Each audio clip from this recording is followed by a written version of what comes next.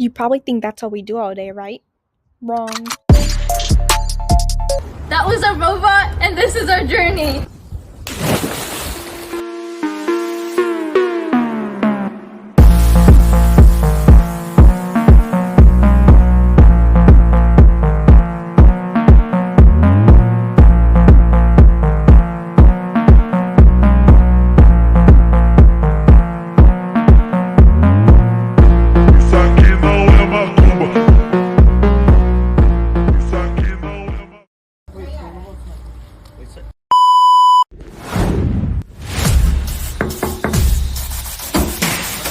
Seaperch is not only a competition to test the ability of our engineering skills, but also our abilities to overcome any obstacles we face.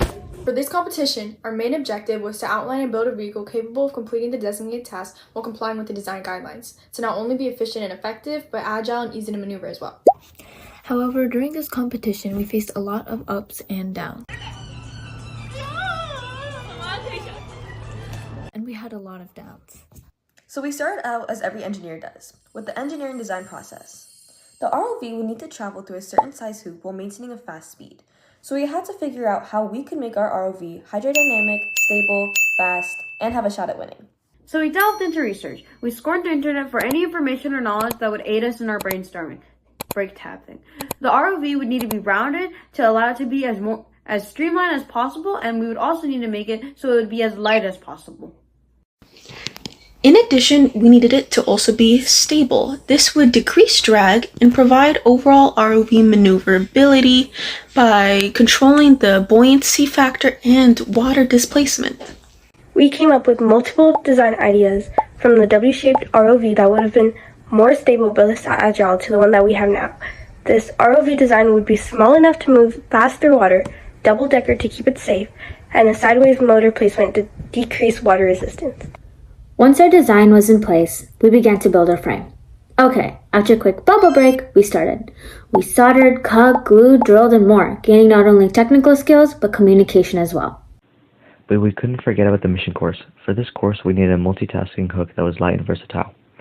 We decided to add 3 hooks, one larger on top and 2 smaller ones. This would help open the elevator hatch and pick up any objects. We incorporated a connector piece to make it easier to attach to the bot. This is where we faced our first issue. Our motors and controllers from past years had broken. This required quick fixes.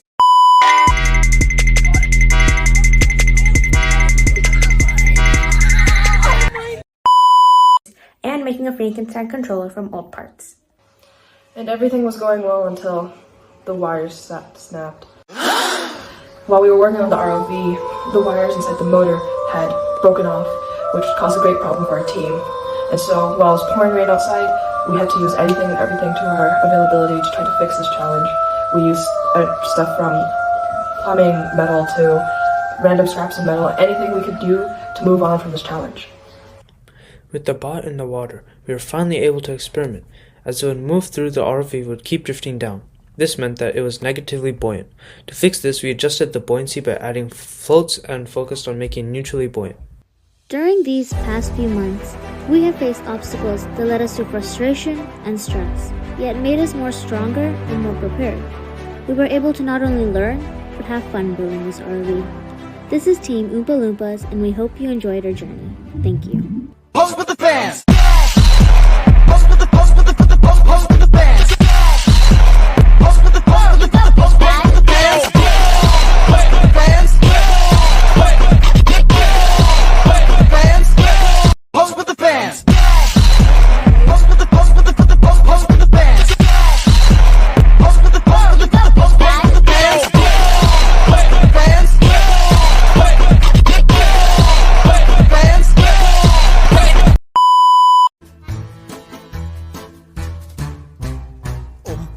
Loompa, Doompity-Doo, I've got a tragic tale for you. Oompa, Loompa, Doompity-Dee, if you are wise, you'll listen to me.